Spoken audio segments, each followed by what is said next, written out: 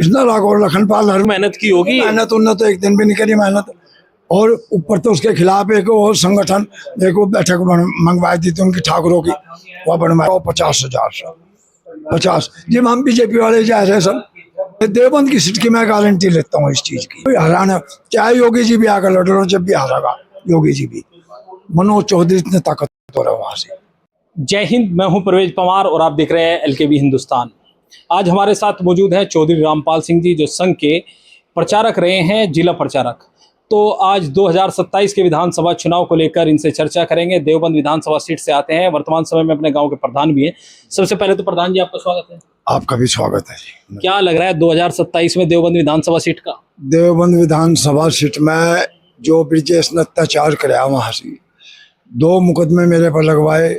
मैं मौजूदा प्रधान और जिला प्रचारक रहा हूँ संघ का। मेरे पर 2 मुकदमे लगवाए, 307 308, और इसी तरीके से और प्रचारकों पर, कार्यकर्ताओं पर, सब पर मुकदमे लगे हैं। बीजेपी के हों या बजरंग दल के हों, चाहे विश्व हिंदू परिषद के हों या वो संघ के हों, कोई भी हो, सब पर उन्होंने जिसे भी देखा हर गांव में पार्टी खड़ी कर दी और जिसे भी देखा उसे जेल भिजवा दिया, मुकदमे लगवा दिए, तानाशाही चलाई अपनी।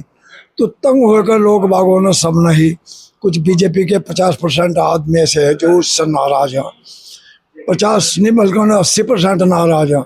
कुछ बोल रहे, कुछ नहीं बोल रहे, कुछ कह रहे, कुछ नहीं कह रहे। तो इसलिए सब तंग होकर ये सोच रहे कि भाई एक बार इसे हराओ जरूर, इसे हराओगे तो आगे सुन लेते हैं, इसका भी दिमाग ठीक होगा। आप आरएसएस के बैकग्राउंड से आते हैं और आरएसएस जो है वो भारतीय जनता पार्टी की बैकबोन यानी रीढ़ की हड्डी मानी जाती है। उसके बावजूद आप पर इस तरह की कार्रवाई हुई? आज झूठे मुकदमे हैं, सच्चे हो जाता कोई दुख नहीं है। झूठे मुकदमे लगवाए, मेरे पर नहीं कहने कितने पर लगवाए, कार्यकर्ताओं पर।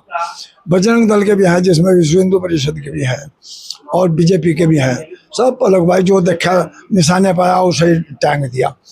बहुत पार्टी के अन्य नेताओं ने कोई मदद नहीं की? क्योंकि जब आप संघ के जिला स्तरीय प्रचारक रहे हैं, बड़े पदाधिकारी रहे हैं, तो क्या किसी अन्य नेता ने संघ के या भारतीय जनता पार्टी की आपकी मदद नहीं की? किसी की सुना वो तो जब भी तो मंत्री सुनता ही नहीं किसी की, अपनी मनमर्जी का है। नुकाया मैं 50 साल सन 50 तक ही कर ही रहूंगा। 2050 तक देवबंद विधानसभा के विधायक रहेंगे मैं। और वो सर इनका अध्यक्ष बीजेपी के ही भाग रहे, उस पर अध्यक्ष से ज्यादा सब पूरा जिला सहारनपुर जो संगठन है बीजेपी का सारा नाराज है। एक भी आदमी उसकी साथ नहीं, पदाधिकारी जिले के और मंडल के। अब अगर टिकट उन्हीं का हुआ फिर आप क्या करेंगे? हम सब लोग मनोज चौधरी के साथ हैं, मनोज चौधरी को वोट देंगे, उसे हराओगे। उसे नहीं हमने चाहते, सब जनता उससे नाराज है। वो तो 9-10 बजे घर आने लगा। संघ के बैकग्राउंड से होने के बाद आप समाजवादी पार्टी को वोट दे देंगे? समाजवादी को नहीं, हम तो मनोज चौधरी को दे रहे। मनोज चौधरी के साथ हम तो सब लोग बीजेपी के लोग जो है मनोज चौधरी के साथ हैं। समाजवादी क्यों दे? हम तो बीजेपी उसे दे रहे मनोज चौधरी को जिताओगे।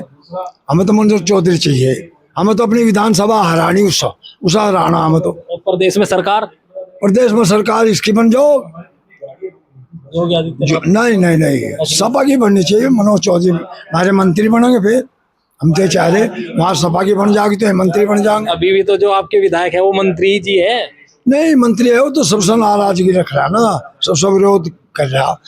थोड़े से लोग, चंद लोग हर गांव में से 1-2 आदमी पकड़ रखे जो दलाल हो, दलाली कर रहे, पैसे कमा रहे, पैसे दे रहे। पुलिस भ्रष्टाचार बना दी पूरी, हर डिपार्टमेंट में जो हाल कर दिया उन्होंने कि पूरी विधानसभा तंग है, परेशान है।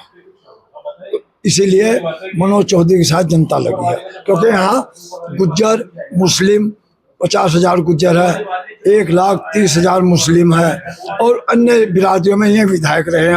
अन्य बिरादरियों में इनकी पकड़ है। आप गुर्जर समाज से आते हैं? मैं गुज्जर समाज से हूँ। 50,000 गुज्जर है यहाँ से।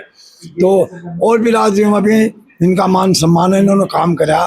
पहले ये चेयरमैन रहे हैं, इनके घर से जो थी गायत्री गायत्री चौधरी देवी, जी। हाँ।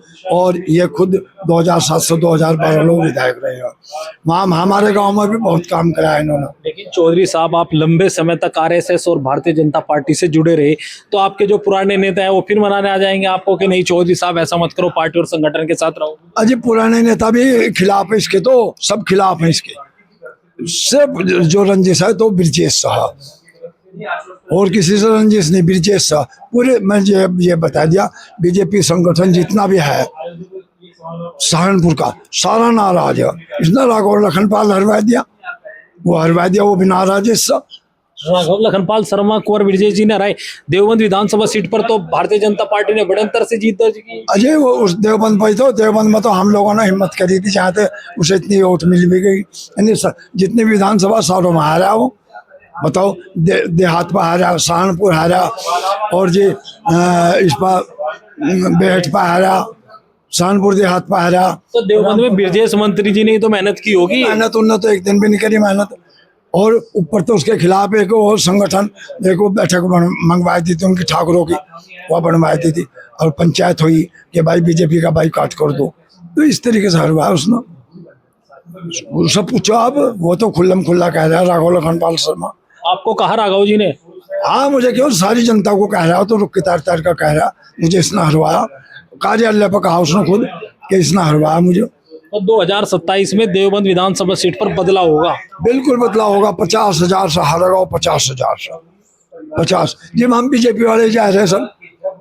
मनोज चौधरी में ऐसा क्या लग रहा है आपको कि मनोज चौधरी आपको सम्मान दे पाए? ये 5 साल रहे इन्होंने जनता के साथ, बहुत अच्छा व्यवहार रहा इनका, और 5 साल इन्होंने काम बहुत कराया, इसीलिए इनका अभाव जो है वो जनता में बहुत ही प्रेम भाव है, तो जनता इनके साथ इसीलिए लगी हुई है। तो उसका लाभ आपको लगता है कि 2027 में समाजवादी पार्टी और मनोज चौधरी को मिल सकता है? बिल्कुल बिल्कुल।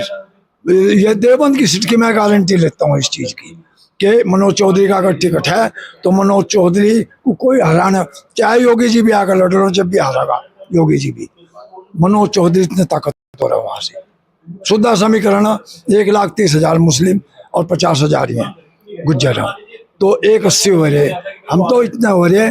और जो और जाति के लोग हैं, जैसे पाल समाज है और जुल्हा है, हरिजन लोग भी आ रहे, हरिजन जो, क्योंकि इनसे जुड़े थे पहले में लोग बाग, उनके काम कर रखे। बसपा में ये विधायक रहे 5 साल, बसपा में इन्होंने खूब काम करा, हरिजनों का भी काम करा, इसलिए हरिजन भी जुड़ा है इनसे। अच्छा ताऊ जी, आपका लंबा राजनीतिक अनुभव है, आप लंबे समय से सियासत में सक्रिय हैं, बहुत महत्वपूर्ण पद पर आप रहे हैं, तो आपने तमाम सरकारें देखी हैं। वर्तमान योगी सरकार को किस तरह से देखते हैं? योगी सरकार जो है किसानों की तो बिल्कुल हितैषी है नहीं, किसान इससे बहुत त्रस्त था। अच्छा जी, बैल छोड़ दिए, गाय छोड़ दी, जंगली जानवर आ रहे, तार बाढ़ है नहीं, तो उनकी फसलों को नुकसान दे रहे। अच्छा जी, आज चीनी का भाव 6500 रुपये क्विंटल हो गया, गन्ने का भाव 400 रुपये, मजदूर मांग रहे 800 रुपये, तो किसान बहुत परेशान है। अच्छा, मजदूर भी परेशान है, क्योंकि किसान इतना दे नहीं सकता, तो मजदूर भी परेशान है।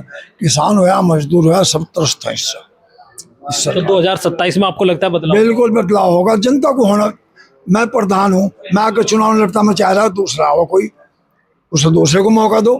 अब जा, इन्होंने 10 साल कर ली, अब सपा को देखो, जनता से भी कहूँ यही, समाजवादी को देखो, समाजवादी का 5 साल भुगतो, अच्छा करेंगे आगे फिर इन्हें बनाओ, नहीं करेंगे हटा दो। तो परिवर्तन तो होना चाहिए, परिवर्तन तो इंसान में भी अब हर चीज में परिवर्तन होता है। तो मैं इसलिए कह रहा कि सपा समाजवादी पार्टी अनिवार्य है। वो तो चौधरी रामपाल सिंह प्रधान जी का हमने इंटरव्यू लिया, इनसे जानकारी हासिल की वर्तमान में देवबंद विधानसभा सीट के सियासी समीकरणों को लेकर। इस वीडियो में बस इतना ही। आगे के अपडेट के लिए बने रहिए एलकेबी हिंदुस्तान के साथ। जय हिंद।